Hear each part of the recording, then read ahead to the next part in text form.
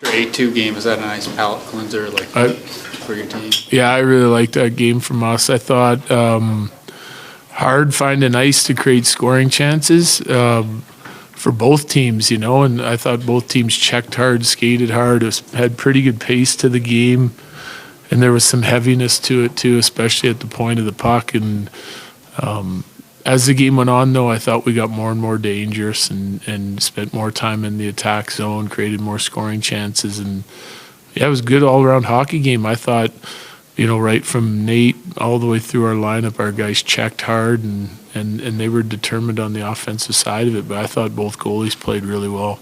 It seemed like that you guys had to kind of battle through to get kind of into that game, maybe some sloppiness there out of the gate. How much do you like the fact that your team kind of fought through some of the, jumping on the puck? Yeah. There's no question early in the game, some of our puck play wasn't the best, but that you got to give them credit for some of it too. I think that they didn't give us a lot of room to move, and they have really good sticks, some big long guys, and then on the offensive side of it for them, they have a heaviness to them, right? Like they can hang on to pucks and try and wear you down. And I thought we were patient and in control in our D zone, so we didn't have to, just because they had the puck didn't mean that they were creating something dangerous. So, there was a work ethic there and a patience and sticking with the system on the defensive side of it.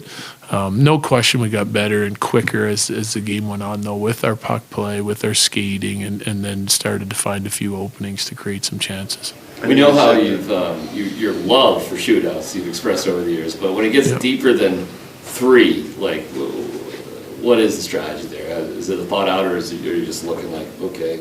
Well, we try to pick our best guys, our most talented guys. Val's been really good for us in the shootouts.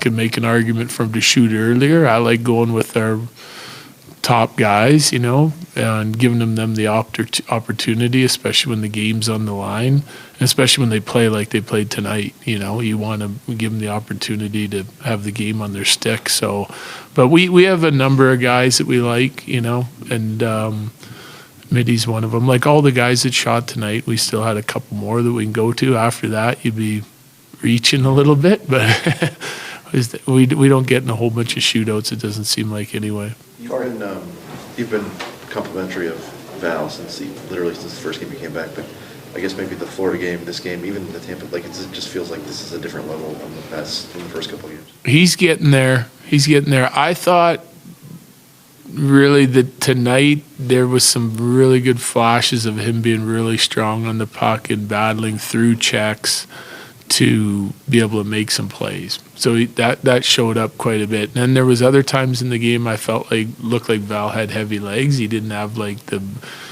separation speed that he can normally have. So his game's still coming. I think it's you get in a game like that where guys are leaning on you all the time. It didn't quite look to me like he had as much energy as he has in years past or games past, but I do think that his details have been tight, his puck play's starting to come. That's the one thing. He missed a lot of time, and it's just that finishing touch and the last little bit of execution on some plays that he's seeing, and he's been unable to make some plays and under pressure. But I thought it took a couple games for Drew's execution to come, and Val's, you can expect it to take a little bit longer just because of how much time he spent off the ice. So I'm pretty happy with his game, though, to be able to come in and do what he's been doing. You shifted lines around a bit again tonight. Was there any one combination that you saw that you particularly liked? I liked all our lines. I stayed with him pretty much the whole night. I bounced. Bradley, I thought played really good in his first game, and we played him for the bulk of the game, and then I shortened the bench a little bit just because the magnitude of the game and the score. I doubled up Mac sometimes with Mikko and Middlestead. It's a lot of ice time for anyone else but Mac, it seems like, So he has the ability to kind of double shift a little bit, and I like him with Mikko and Mitty and all those top 6 guys. So, you get a team on the ropes a little bit, and we try to leave them out there and let them do their thing. So, but for the most part, I left their lines, and I liked the way they worked. Nate didn't pick up any points in. Did it feel to you like he was kind of the emotional leader and kind of was setting the tone for the work ethic? He was outstanding tonight, yeah.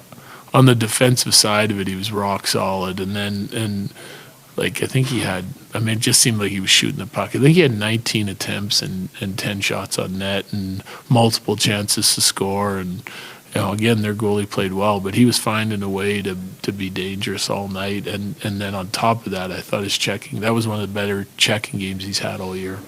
Did you spend much time looking at the Tampa game, or did you really did flush it quickly? I looked through the chances for and chances against and a couple other things, and then, you know, moved on to, I was cutting up Vegas already in the latter part of the flight. Last year, guys. Kovalenko had a pretty solid game. What did you think of his play tonight? Who's that? Kovalenko. Yeah, he was good again. Yep.